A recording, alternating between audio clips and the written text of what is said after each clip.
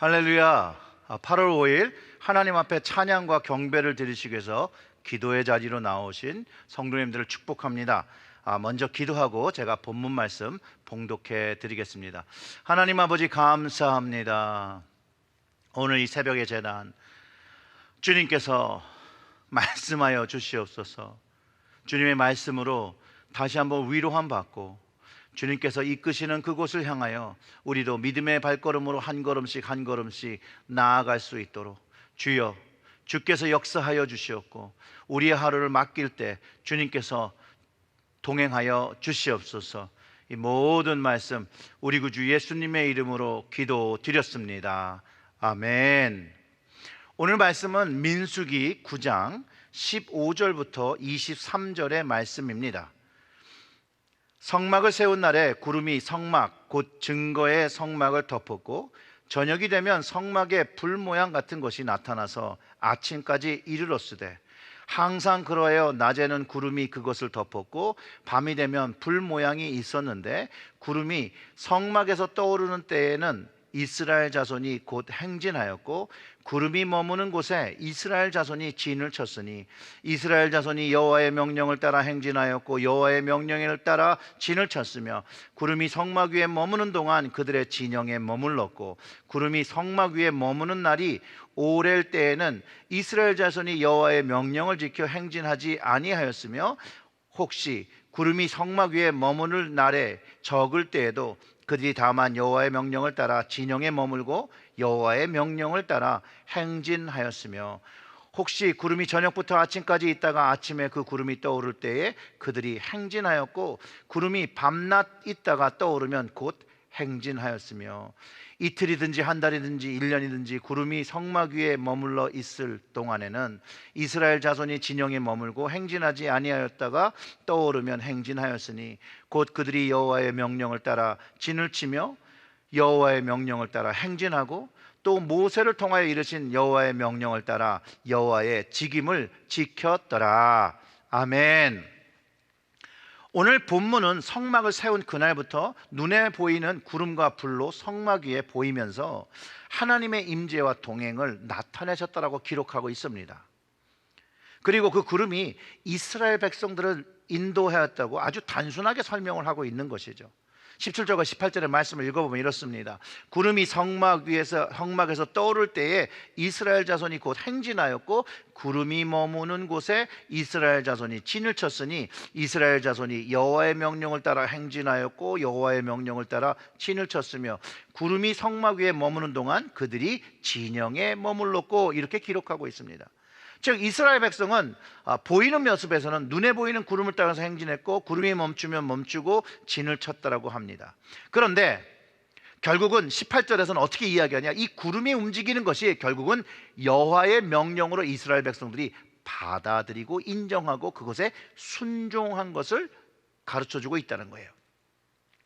여기서 가장 중요한 것은 이스라엘 백성이 자신들이 광야의 삶을 살 때 자신의 계획과 생각과 느낌을 따라서 움직이지 않았고 장소를 정하지 않았고 오직 하나님께서 움직이시는 그곳으로 하나님의 시간에 따라 움직였고 그것에 순종했다는 것을 알 수 있습니다. 이 말은요, 이스라엘 백성에게 엄청난 순종을 요구하고 있는 것입니다. 왜냐하면 매일 움직이면서 진을 치고 싸고 움직이고 하는 것을 반복하고 있었다는 것을 알 수 있고 또 그 장소가 어떤 장소인지 모르지만 하나님께서 그 장소에 머물러야 한다라고 하면 그곳에 계속해서 머물러 있었다라고 기록하고 있기 때문입니다. 19절에서 22절이 이걸 설명하는 거죠. 구름이 성막 위에 머무는 날에 오렐 때에는 이스라엘 자손이 여호와의 명령을 지켜 행진하지 아니하였으며 혹시 구름이 성막 위에 머물 날이 적을 때에도 그들이 다만 여호와의 명령을 따라 진영에 머물고 여호와의 명령을 따라 행진하였으며 혹시 구름이 저녁부터 아침까지 있다가 아침에 그 구름이 떠오를 때에는 그들이 행진하였고 구름이 밤낮 있다가 떠오르면 곧 행진하였으며 이틀이든지 한 달이든지 1년이든지 구름이 성막 위에 머물러 있을 동안에는 이스라엘 자손이 진영에 머물고 행진하지 아니하였다가 떠오르면 행진하였으니 라고 기록하고 있다는 거예요.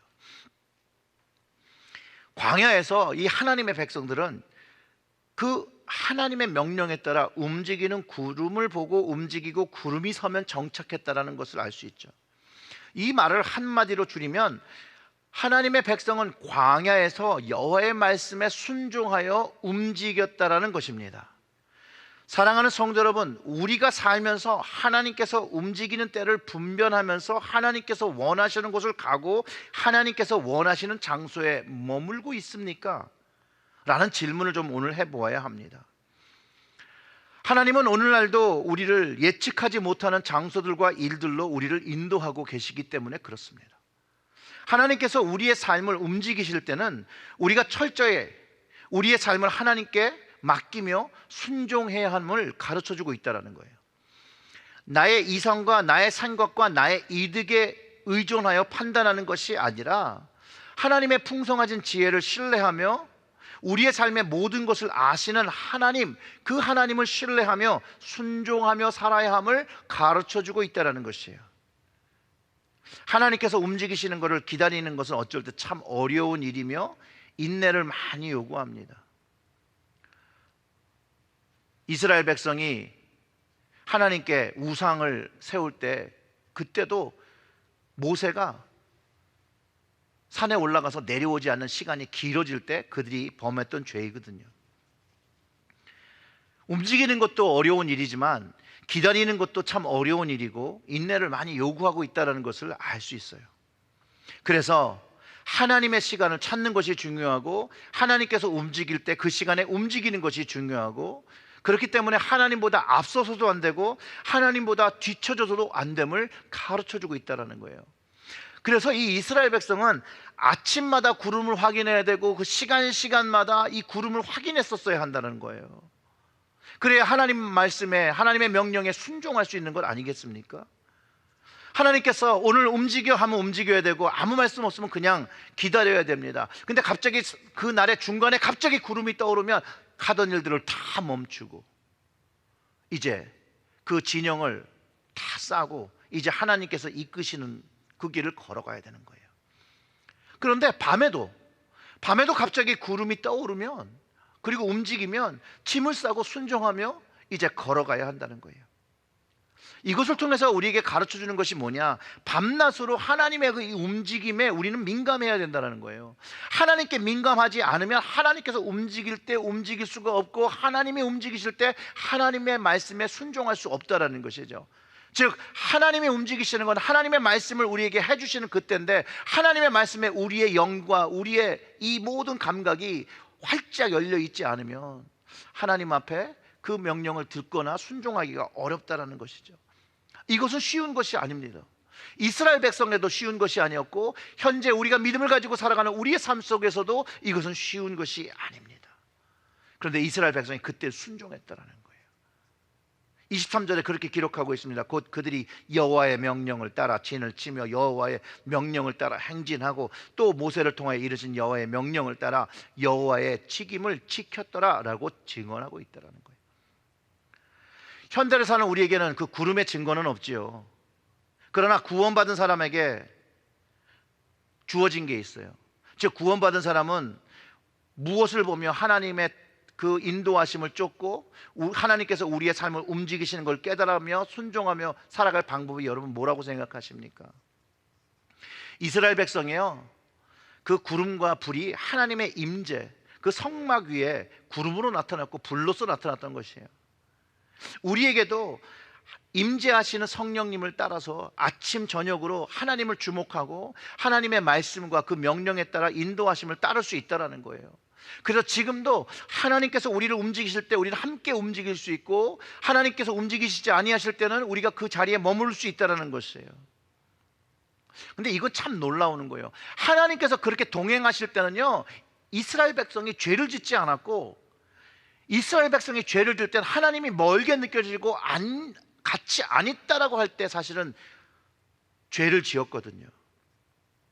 그와 같이 우리가 성령님과 함께 동행함을 느끼며 하나님의 뜻을 분별하며 하나님의 말씀과 하나님의 그 인도하심을 분별하며 살아갈 때 우리는 죄를 짓지 않습니다. 우리가 죄를 질 때는 그 성령님의 임재를 알지 못하고 주님의 임재를 느끼지 못하고 외려 주님이 어디 계실까? 오래 떨어져 있는, left out 되어 있는 그런 느낌이 있을 때 우리는 범죄하기 시작한다는 거예요. 그리고 성령님이 함께 계시고 성령님이 함께 하심으로 주님과 하나님께서 함께 하실 때 우리는 죄를 짓지라도 정말 통회하며 이 죄를 끊어나겠다는 마음으로 회개하게 된다는 것이에요. 끊임없이 그거를 번복하게 된다는 거예요. 이스라엘 백성이요, 매 순간순간마다 구름의 움직임에 그들의 초점을 맞추고 살았던 것처럼 우리 역시도 우리의 생각과 모든 사고를 하나님의 움직임에, 성령님의 움직임에, 예수님의 움직임에 맞춰서 있다면 우리는 그때와 그 시간을 분별하며 하나님의 원하시는 그곳으로 우리는 따를 수 있다는 것을 알게 되는 것입니다.